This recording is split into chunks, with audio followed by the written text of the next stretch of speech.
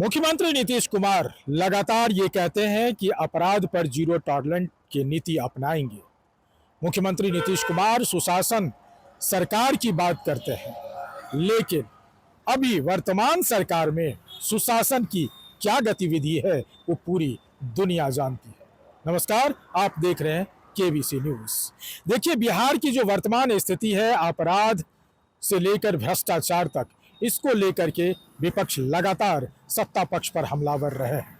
लेकिन हालिया जो वारदात को अगर देखा जाए, हालिया जो स्थिति को देखा जाए बिहार की, तो वो बद से बदतर नजर आ रही है।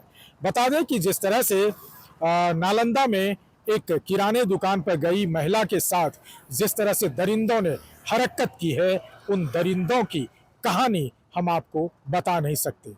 इतनी घृणित ये कुकृत हुआ है, फिर भी सरकार कहती है कि सुशासन की सरकार है। जब चुनाव था, बिहार विधानसभा चुनाव के समय कई ऐसे जिले में सार्वजनिक मंच से वर्तमान के गृह मंत्री सह उप मुख्यमंत्री सम्राट चौधरी कहा करते थे कि अगर बिहार की किसी बेटी को छू दिया जिस दिन, उस दिन हम इस्तीफा दे देंगे। कब देंगे इस्तीफा? कब देंगे उप मुख्यमंत्री सह गृह मंत्री सम्राट चौधरी इस्तीफा? ये सवाल लगातार विपक्ष उठा रही है और शायद आज की जनता भी ये बात जरूर उठा रही होगी कि जो महिलाओं की, जो बेटियों की सरोकार के लिए सरकार जानी जाती है, जो नारी सशक्तिकरण के लिए जानी जाती है, जो जीरो टॉलरेंस की बात करती है, उसको लेकर के जो नालंदा में ये घटना हुआ, जो तस्वीर आप देखे और देख रहे हैं, ये कितने घृणित है, इस पर क्या सरकार की आंखें खुलेंगी? सरकार के कुछ प्रवक्ता से हमने बात भी करने की कोशिश की और उन्होंने कहा कि जो लालू का राज था उसके एवज में अभी अपराध बिल्कुल कुछ नहीं है। उन्होंने कहा कि अगर अपराध हो रही है तो पकड़ा भी जा रहा है, उसे सजा भी मिल रही है। सबसे पहले हम आपको सुनाते हैं भारतीय जनता पार्टी के प्रवक्ता प्रियरंजन पटेल क्या कुछ कह रहे हैं इस मसले पर। हमलावर है और सम्राट चौधरी को इस्तीफा देने की मांग कर रहे हैं। कब देंगे इस्तीफा सम्राट? दुखद घटना है। सबसे पहले तो जो घटी है ये नहीं होना चाहिए था, लेकिन वैसे असामाजिक तत्व, आपराधिक तत्व जिन लोगों ने इस घटना को अंजाम दिया है, उसकी पहचान कर करके उसके खिलाफ कार्रवाई शुरू हो गई है, गिरफ्तारी हो चुकी है और उनको सख्त सजा मिलेगी। स्पीडी ट्रायल करा करके सजा मिलेगा। कोई बचने वाला नहीं है। किसी प्रकार की अभद्रता, किसी प्रकार का आपराधिक या किसी ऐसे जो है से घटनाओं को अंजाम देने वाला व्यक्ति इस सरकार में बच नहीं सकता है। ये कानून का राज है। कानून को किसी को अधिकार नहीं है हाथ में लेने का इस सरकार के अंदर में। जहां तक विपक्ष की बात है, तो विपक्ष को घड़ियाली आंसू बहाने की आवश्यकता नहीं है।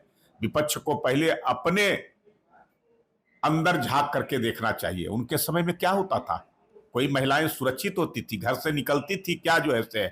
आज कम से कम महिलाओं में इस बात का जो है से संतोष है, विश्वास है कि अगर कोई घटना हो जाएगी तो जो है से वो बच नहीं पाएगा अपराधी। गृह मंत्री सम्राट चौधरी के एक सार्वजनिक मंच पर बयान को कोट करते हुए ये बताया जा रहा है कि उन्होंने कहा था कि बिहार की अगर किसी लड़की को किसी ने छेड़ दिया तो मैं पद से इस्तीफा दे दूंगा। अरे भाई, कोई असामाजिक तत्व, आपराधिक तत्व इस प्रकार की घटनाओं को अंजाम देगा, उसके खिलाफ कार्रवाई।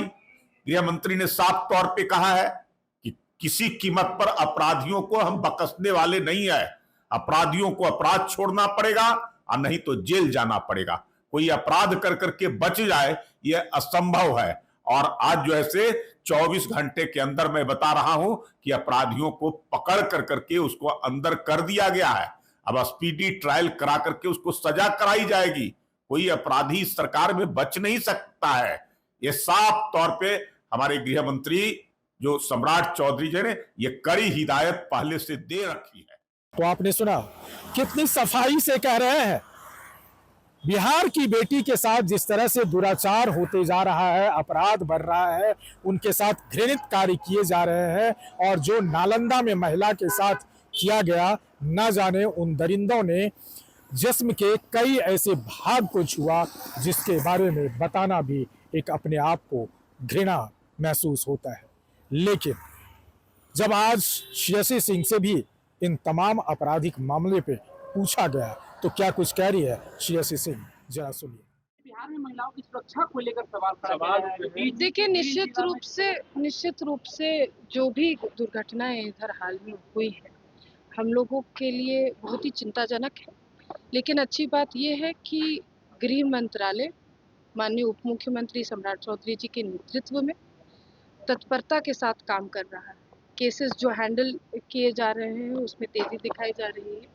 Justice may be delayed but it is not denied and that is the way forward. ऐसे दरिंदों के लिए कुछ ठोस कानून निश्चित रूप से मुझे लगता है कि ठोस कार्रवाई भी होनी चाहिए, और ऐसी कार्रवाई होनी चाहिए जो उदाहरण स्वरूप ऐसे दरिंदरों के का उदाहरण बनाकर आगे बिहार और भारत में इस तरह की घटनाएं ना हो, इसको टोटली कर्ब करना चाहिए। तो आपने सुना, अगर इन पहलुओं को देखा जाए तो बिहार की सियासत में क्या सिर्फ और सिर्फ कुर्सी बचाने की होड़ लगी हुई है।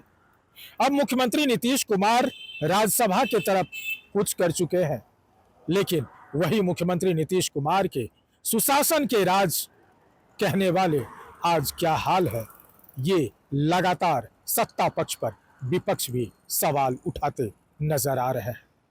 लेकिन क्या किया जाए, कहाँ है सरकार की नीति? क्या सरकार उन ऐसे दरिंदों को महज गिरफ्तार करके जेल में डाल देंगे? क्या इनसे समाज में क्या इस तरह की जो व्यवहार है वो खत्म होगी? ये सोचने वाली बात है। बहरहाल ये तमाम चीज़ें या तमाम बातें जो हमने कहा, ये जो वर्तमान स्थिति है बिहार की और जो जनता की आवाज़ आ रही है उसके सापेक्ष में हमने आपके पास रखा है। लेकिन जो निंदा किया जा रहा है उस घटना की, नालंदा की घटना की, जो वायरल वीडियो की, ये जितना भी किया जाए वो कम है। और सरकार से पूरी जनता ये गुहार लगा रही है कि ऐसे दरिंदों को तुरंत फांसी की सजा हो। कई ऐसे लोगों ने ऐसा भी माना है कि यूपी मॉडल लागू हो, जिस तरह से एनकाउंटर की चीज़ें आ रही है, इनकाउंटर की जाती है। बिहार में भी कई ऐसे आपराधिक मामले में हुए हैं इनकाउंटर, लेकिन ऐसे दरिंदों के साथ क्या किया जाए, आप अगर विगत महीनों में देखें तो कोई ऐसा दिन नहीं है जहां इस तरह की घटनाएं नहीं हुई। हम केबीसी न्यूज़, पटना।